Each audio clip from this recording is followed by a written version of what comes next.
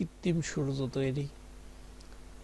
আমরা যদি কৃত্রিম সূর্য পৃথিবীতে বানাতে পারি, যা আমাদের পুড়িয়ে মারবে না, বরং আমরা তা অফুরন্ত তাপ শক্তি নিরাপদে ব্যবহার করতে পারবো, তাহলে আজকের পৃথিবী সবচেয়ে বড় একটা চ্যালেঞ্জের সহজ সমাধান হবে।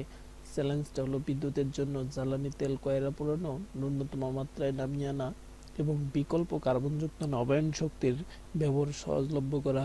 সৌরশক্তি এই কাজ করতে পারে, কিন্তু সেটা আমরা সহজে কাজে লাগাতে পারি কিভাবে? এখন অবশ্য সৌর বিদ্যুৎ প্যানেলে সৌরশক্তি ধরে ব্যাটারির মাধ্যমে আমরা অল্প স্বল্প বিদ্যুৎ ব্যবহার করতে পারি।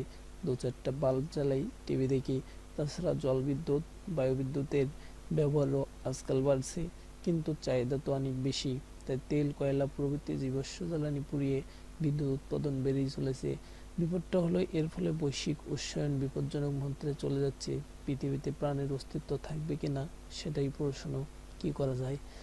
এই অবস্থায় চীন কৃত্রিম সূর্য তৈরির পথে অনেক দূর এগিয়ে গেছে। চায়না ইনস্টিটিউট অব প্লাজমা ফিজিক্সের একদল বিজ্ঞানী সম্প্রতি ঘোষণা করেছেন যে তাদের experimental advanced superconducting টোকামার্কের EAST east ভিতরের প্লাজমা 10 কোটি সেলসিয়াস তাপমাত্রায় পৌঁছেছে।